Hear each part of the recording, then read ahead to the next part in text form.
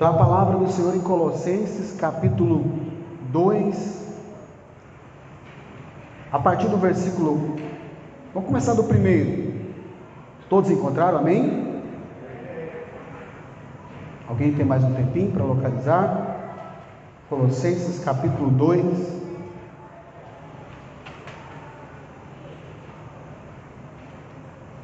Vou começar do primeiro, mas a gente ia ler do 6, vou ler o primeiro. Carta do apóstolo Paulo à igreja, ao povo de Colossenses, a igreja em Colossos. Quero que vocês saibam quanto estou lutando por vocês, pelo que estão em Laodiceia e por todos os que ainda não me conhecem pessoalmente. Esforço-me para que eles sejam fortalecidos em seu coração, estejam unidos em amor e alcancem toda a riqueza do pleno entendimento, a fim de conhecerem plenamente o ministério de Deus, a saber, Cristo. Nele estão escondidos todos os tesouros da sabedoria e do conhecimento. Glória. Olha o versículo 3. O ministério de Deus, a saber, Cristo. Nele estão escondidos todos os tesouros da sabedoria e do conhecimento. Eu lhes digo isto para que ninguém os engane com argumentos que só parecem convincentes. Porque, embora esteja fisicamente longe de vocês, em espírito estou presente e me alegro em ver como estão vivendo em ordem e como está firme a fé que vocês têm em Cristo. Versículo 6, preste atenção agora nessa parte, ouça bem essa parte. Paulo vai estar advertindo, exortando acerca do legalismo que estava no meio deles. Ele fala: portanto, assim como vocês receberam Cristo Jesus, o Senhor, continuem a viver nele, enraizados e edificados, construídos em Cristo, firmados na fé, como foram ensinados, transbordando de gratidão. Transbordando de gratidão. Esse versículo aí é o versículo chave para nós. Nós vamos trabalhar ele. Versículo 8: tenham cuidado para que ninguém os escravize a filosofias vãs e enganosas. Em outra tradução pode ser assim: a argumentos sem valor. Filosofias vãs e enganosas, argumentos sem valor, que se fundamentam nas tradições humanas e nos princípios elementares deste mundo, e não em Cristo. Outro versículo chave para nós vamos trabalhar ele. Tenham cuidado para que ninguém os escravize a filosofias vãs e enganosas, que se fundamentam nas tradições humanas, argumentos sem valor, tradições humanas, e nos princípios elementares deste mundo, e não em Cristo, pois em Cristo habita corporalmente toda a plenitude da divindade, e por estarem nele, que é o cabeça de todo poder e autoridade, vocês receberam a plenitude, vocês se completaram.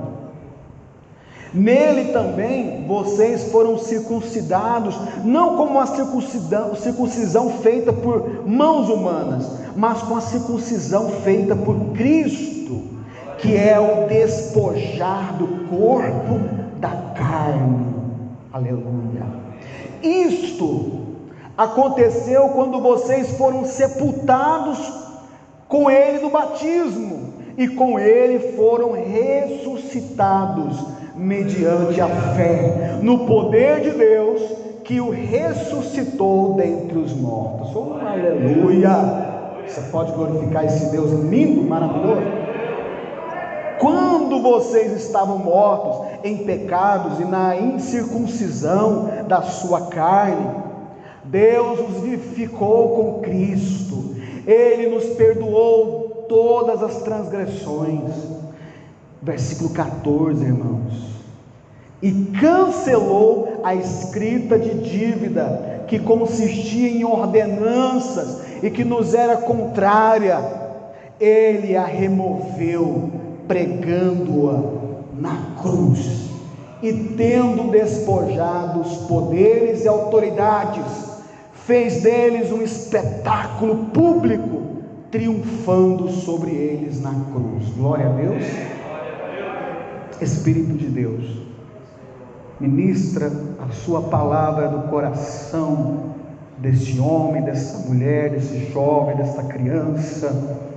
Aqui está a tua igreja, Senhor, e nós queremos ouvir a sua voz, queremos ouvir a sua palavra, queremos receber da tua mensagem direcionada diretamente aos nossos corações. Palavra essa que tem poder para entrar, Senhor Deus, no nosso íntimo. Palavra essa que corta como espada de dois gumes, que penetra a alma, a medula. Senhor, fala conosco, em nome de Jesus Cristo. Amém? Deixa aberta aí a sua Bíblia, que a gente vai reportar alguns desses versículos aqui. Então, a carta de Paulo a essa igreja, ela tem um teor de admoestação exclusivamente contra um tipo de legalismo que existia entre a igreja. O que é isso, pastor? Essa palavra difícil aí. Isso significa o que, meu irmão? É um estilo de vida de pessoas que acreditam que o cumprimento das regras torna o indivíduo merecedor do favor e da salvação divina. Simples assim. O cumprimento de regras, e aqui ele fala de filosofias, argumentos, ensinamentos sem valor, vazios, rasos, focados na humanidade, no homem, tradições e fundamentos focados no homem. Isso são legalismos que existiam naquela época. Eu estou falando de fariseus, saduceus, esse grupo aí, e que eles também fazem presente até hoje, nos dias de hoje também. E esse tipo de legalismo, Paulo adverte contra esses falsos mestres que impõem certas leis e ensinamentos que são falsos, que não estão em Cristo, para que eles fujam dessas coisas, para que eles não vivam desta maneira. Olha só, um exemplo de situação de legalismo, Lucas 18:11. Só você abrir aí rapidamente, Lucas 18:11, nós vamos ver um exemplo de pensamento legalista, e é desta forma. Esse pensamento legalista, ele é presente no meio religioso, e aqui nós temos um exemplo clássico, vocês vão lembrar, é o versículo 18, capítulo 18 de Lucas, versículo 11, que diz o seguinte, ele vai dizer o seguinte: o fariseu em pé orava no íntimo: Deus, eu te agradeço, porque não sou como os outros homens, ladrões, corruptos, adúlteros, nem mesmo como este publicano. Jejum 2 vezes por semana e dou o dízimo de tudo quanto ganho. Esse foi o fariseu orando. Aí Jesus conta agora sobre o publicano. Publicano não é judeu, cobrador de impostos. Mas o publicano ficou à distância, ele nem ousava olhar para o céu, mas batendo no peito dizia: Deus, tem misericórdia de mim, que sou pecador. Preste atenção, eu li aqui a história primeiro aqui é um pensamento legalista, fundamentado em ensinos, em regras humanas. ele orou assim, em pé orava, versículo 11, no íntimo: Deus, eu te agradeço, porque não sou como os outros homens, ladrões, corruptos, adúlteros, nem mesmo como este publicano. Apontou para o coitadinho do publicano. Mas o publicano ficou à distância. Aí ele diz, o fariseu: jejum 2 vezes por semana e dou o dízimo de tudo quanto ganho. Eu sou tal aqui. Mas o publicano ficou à distância, com vergonha, baixou a cabeça. Ele orava assim: Senhor, ele batia no peito, tem misericórdia de mim, que sou pecador. Aí Jesus diz no versículo 14: eu lhes digo que este homem, e não o outro, foi para casa justificado diante de Deus. Pois quem se exalta será humilhado, e quem se humilha será... Adriano, baixa um pouquinho para mim o fundo musical. Esse exemplo aqui, irmãos, é um exemplo para nós entendermos o que o legalismo faz, como nós conduzimos a nossa vida cristã, debaixo de jugo, de opressão, por obrigação, como um peso. Tem que ir para a igreja, tem que estar na igreja, tem que entregar meu dízimo, senão vai ficar olhando para mim. Se eu não for, vai ficar falando que eu não estou indo na igreja, que estou desviado. Paulo está combatendo algo que nós estamos acostumados a lidar, e que nós dizemos e falamos que é a religiosidade, os excessos que nós mesmos trazemos. Não é nem a igreja, não é nem o coitado do pastor, mas nós mesmos trazendo isso com nós mesmos. Servimos a Deus, pastor, um peso do legalismo, de pensamentos e regras que nós criamos, doutrina que nós criamos na nossa cabeça. Não posso fazer isso porque, olha lá, aquele irmão lá, a vida dele toda estragada. Como é que eu vou dar paz do Senhor para esse tipo de pessoa? É até vergonhoso falar que é crente aquele tipo de indivíduo. E aí Paulo, ele vai dizer algumas práticas do verdadeiro cristianismo. Ele vai falar aqui no versículo 6 de como nós devemos nos portar, de como nós devemos combater esse tipo de prática, de uma religiosidade extrema para uma vida na graça e no amor de Jesus, em paz. É diferente de ter uma vida cristã com alegria, com gozo completo, satisfeito, do que ter uma vida cristã com a cara, triste, um fardo, um peso, uma luta, misericórdia, vontade de sumir, desistir. E são momentos que nós passamos, mas não pode fazer parte de nossas vidas, porque servimos o maior e servimos a um Deus maravilhoso, um Deus de paz, que só veio te trazer paz, que só veio te trazer alegria, só veio te trazer tranquilidade, mesmo em tempo de tempestade. Só que nós temos escolha, irmãos. Nós estamos todo mundo num barco, seguindo no mar, a deriva, numa direção. Quando vier a tempestade, o mar vai se agitar. Então todo mundo, crente, não crente, religioso ou não religioso, vai sofrer consequências. Tempestade vai balançar o barco, vai começar a ter uma sensação, vai afundar. A diferença está se Jesus está a bordo do seu barco ou não. Porque se Jesus estiver a bordo do seu barco, você vai ficar tranquilo. Eu sei que meu Redentor vive, aleluia. Enquanto os outros estão desesperados, o barco vai afundar, nós vamos todo mundo morrer. Jesus pode levantar, ele estender as mãos e a tempestade cessar e você continuar a sua jornada.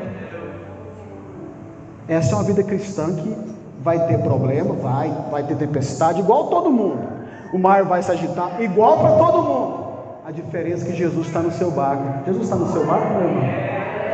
Aleluia! Com os discípulos foi dessa forma. Eles entraram em desespero, o barco estava prestes a afundar, a tempestade era muito forte. Jesus estava fazendo o quê? Dor, tirando uma soneca, cansado, né? Atender tanta gente, cansado. Pedro desesperado, nós vamos todo mundo morrer. Jesus olhou para eles: homens de pouca fé. Estendeu as mãos, cessou a tempestade.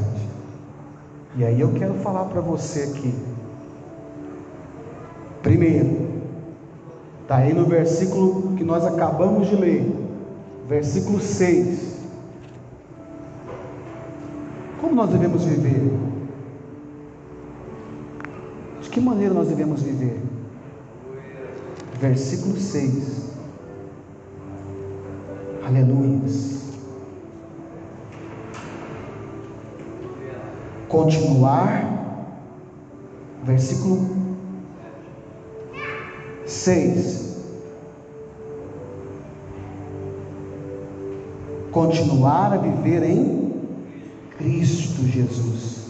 Portanto, assim como vocês receberam Cristo Jesus, o Senhor, continue a viver nele. Versículo 6. Continue a viver em quem, irmãos? No Senhor dos Exércitos. O que é viver em Cristo, irmãos? Como é viver em Cristo? Quer dizer o seguinte: tudo na minha vida só terá significado, razão, sentido, se for em Cristo Jesus. Continue a viver em Cristo, unidos em Cristo. Algumas versões vão falar: continue unidos em Cristo, continue a viver em Cristo, unidos em Cristo. É quando a sua vida e tudo que representa a sua vida, tudo só faz sentido se for em Cristo Jesus. Vou dar um exemplo para os irmãos. Paulo escreveu em Filipenses 1:21. Ele escreveu dizendo: para mim viver é Cristo. Filipenses 1:21, Paulo diz: para mim viver é Cristo. O que é viver em Cristo? Quando tudo à sua volta, circunstâncias não vão interferir, não vão atrapalhar de como você lida com a vida, como você lida com as situações, você continua em Cristo, em paz com Deus, não importa as circunstâncias. Sabe qual foi o momento que Paulo escreveu essa frase? Para mim viver é Cristo. Ele estava preso, ele estava em prisão, irmãos. Ele estava em prisão e usou a situação de prisão para motivar as outras igrejas. Quem precisava ser encorajado, quem precisava ser motivado, quem seria? Na lógica não seria Paulo, porque ele estava preso, prestes ao que? A morrer, ser decapitado, condenado. Mas ele escreve isso na prisão. Aliás, tudo que Paulo escreveu, a maioria dos textos de motivação para as igrejas, foram em prisão. Então, como é possível alguém ter paz, escrever algo tão maravilhoso como esse, por meio do Espírito Santo, dizer: para mim viver é Cristo? Ou seja, ele estava numa situação triste, numa situação de prisão, mas feliz e alegre em Cristo Jesus. Olha para mim aqui, irmãos.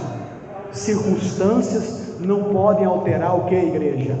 As promessas de Deus. Aleluia! Por isso que Paulo falou para eles: vocês que receberam Cristo, então vocês devem continuar unidos em Cristo Jesus. Vivam em Cristo, para Cristo.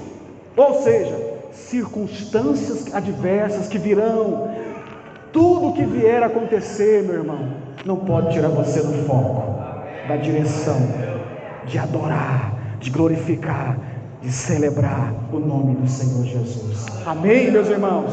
Estão entendendo, igreja?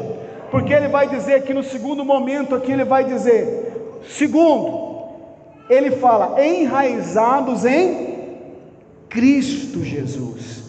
Ele diz, estejam enraizados, que quer dizer, fortalecidos, inabaláveis e edificados, construídos, que a sua base, meu irmão, da sua vida cristã, seja Cristo Jesus, apenas o Senhor Jesus, seja a base, a estrutura, construa, faça a sua edificação da sua vida, na rocha que é o Senhor Jesus, aleluia, queridos, isso é profundo, quando ele diz, estejam unidos em Cristo, continue vivendo nele, enraizados e edificados nele, edificados, eu fui parar para refletir sobre isso, construídos sobre Cristo, edificados, construídos em Cristo Jesus, a base, a estrutura,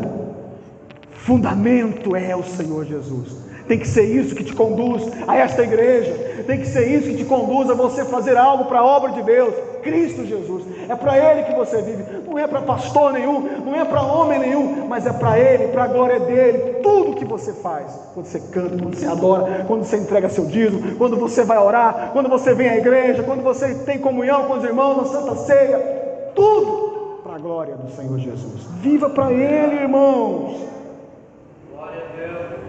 Cristo, a pedra principal, a pedra angular, é a base de toda uma estrutura como essa. Vocês sabem que mantém firme é o alicerce, é o que o fundamento, é a base. Cristo está dizendo isso para nós. Sobre esses ensinamentos falsos, sobre essas filosofias que ele diz aqui, filosofias que escravizam, vãs, enganosas, tipo aquelas assim. Pega isso aqui, coloca debaixo do seu travesseiro, que daqui 7 dias as portas vão se abrir para você. Então eu quero esse negócio.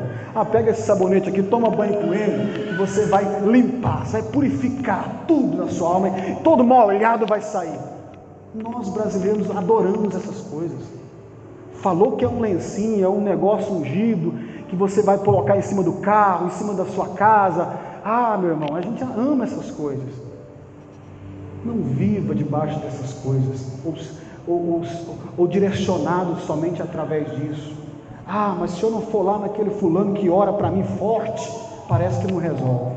Eu tenho que ir em alguém que ora para mim, que ele vai revelar alguma coisa para mim, que eu possa ter uma direção. Por que não você orar? Por que não eu orar? Por que eu não dobrar meu joelho e buscar ao Senhor? Há momentos que Deus vai levantar alguém e vai falar com você, vai usar uma pessoa para falar por meio de profecia, porque isso é bíblico, mas eu não preciso viver atrás dessas coisas, não preciso viver sobre isso. E se tem filosofias, argumentos sem valor, jogados por aí, meu irmão, disseminados por aí, eu não preciso nem citar alguns aqui, existem muitos, vários, e tem muito crente atrás dessas coisas. Paulo fala coisas vãs e vazias, que não estão em Cristo Jesus. Continuar vivendo em Cristo, unidos, enraizados em Cristo, edificados nele, e depois ele vai dizer, sejamos mais fortes na fé, transbordando de gratidão. Por que será, né? Sejamos mais fortes na fé. E ele diz, transbordando de gratidão, gratidão. Não há nada mais profundo do que você ser grato ao Senhor, de você adorá-lo em gratidão. Obrigado, Senhor, graças eu te dou. Firmes na fé, porque a fé, meu irmão, ela é o quê? É o firme fundamento. Esse mesmo capítulo 11 diz que sem fé é impossível agradar a Deus, porque Ele espera que você, eu, creia que Ele existe, que Ele é Deus, e Ele é galardoador, Ele recompensa aqueles que nele creem. Glória a Jesus. Depois que ele disse esses três fundamentos, vamos dizer assim, eu quero que você faça uma reflexão sobre isso que nós falamos aqui agora. Continuar a viver em Cristo, enraizados, edificados em Cristo, fortes na fé e transbordando de gratidão. Eu quero que você faça uma reflexão, você e eu, nós façamos uma reflexão da seguinte maneira: Cristo, de fato, é a minha vida? Responde aí no seu coração, pense sobre isso.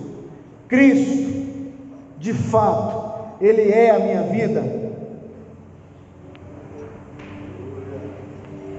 A minha vida pertence a Cristo Jesus? Eu vivo para a glória dEle? Eu pertenço a Ele? Reflita sobre isso.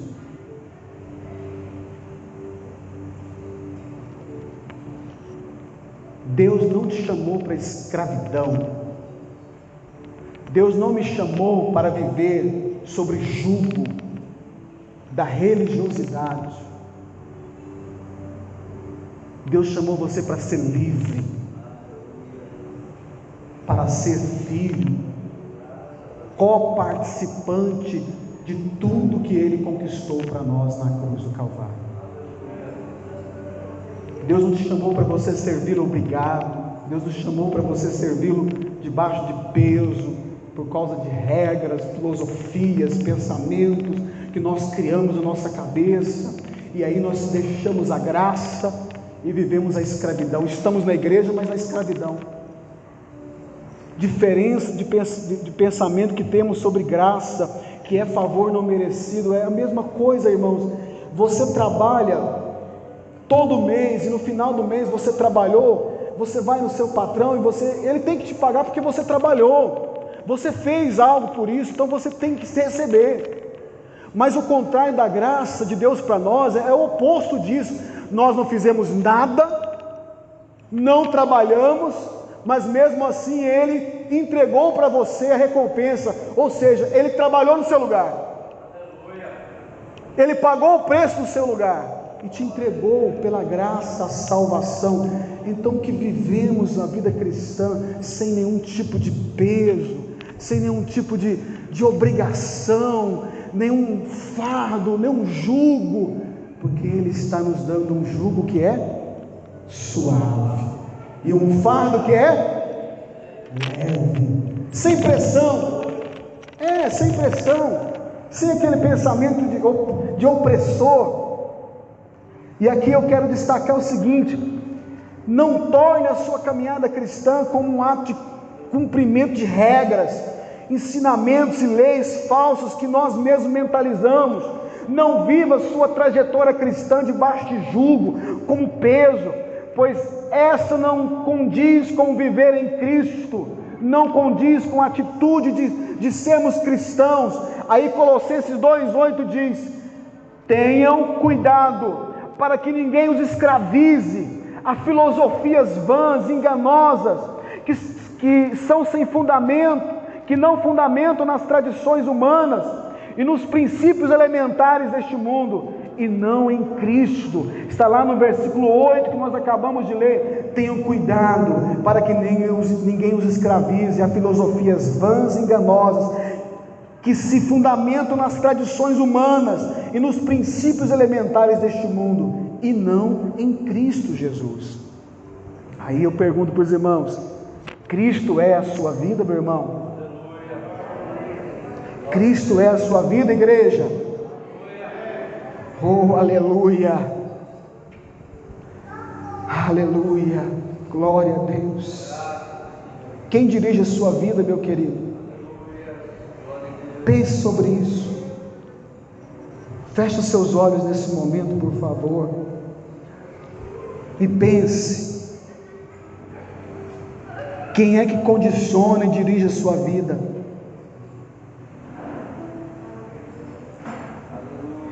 É o dinheiro?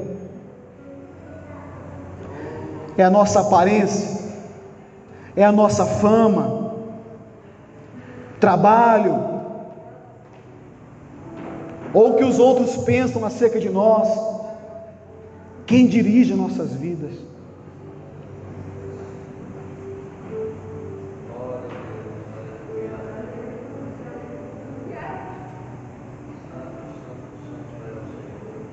Qual é o seu alvo, meu irmão? Pare e pense sobre isso. Como tem sido a sua vida cristã? De que maneira você tem conduzido a sua vida cristã? Nós estamos sendo levados pelas circunstâncias, estamos sendo contaminados pelo que falam de nós, pelo que dizem, pelo mundo, pelos ensinamentos deste mundo que só pensa no agora, no possuir, no ter. Pense sobre isso. Quem dirige a sua vida? Quem é o dono da sua vida? Paulo, além de dizer, para mim viver é Cristo, ele também é o autor de frases como: tudo posso naquele que me fortalece. Eu sei viver em farturas, sei viver na escassez, passei necessidade, fui preso, mas uma coisa ele dizia: posso todas as coisas naquele que me fortalece. Aleluia. Oh, glória a Deus. E aqui, meus irmãos, eu queria te perguntar exatamente isso. Nós não temos que viver de acordo com o que as pessoas dizem ou pensam. E aqui eu quero ir além. Olha aqui para mim, deixa eu dizer para você: nós não temos que ser condicionados a este mundo, a este século, mas nós vivemos agora em novidade de vida. Se Cristo dirige as nossas vidas, então para mim tudo que eu faço, tudo que eu coloco como planejamento da minha vida, Jesus ele vai estar inserido em tudo, os meus negócios, na minha família, nas minhas decisões, em tudo. Cristo vai fazer parte do meu ministério, do meu chamado. Se faço parte desta igreja, por que eu faço parte dessa igreja? Por que eu estou aqui? Lembre-se disso. Quem é que condiciona e dirige a sua vida? Porque muitas vezes nós estamos levando a nossa vida conforme a maré, conforme a situação, vão levando. E hoje eu quero chamar a sua atenção para isso, para que você esteja em Cristo, viva para Ele, unido nele, enraizado nele, e esse enraizado é fortalecido em Cristo Jesus. Tenha uma fé firme e viva, meu irmão, em gratidão. Isso é, com o coração cheio de gratidão. Por quê, irmãos? Ninguém fez e ninguém nos amou. Tamanho foi o amor de Deus por nós, por nos entregar a salvação, por nos dar pela graça a salvação. Não há nada mais precioso do que a salvação que nós temos em Cristo Jesus. Todos podem dizer amém? Aleluia. Fica de pé em nome de Jesus.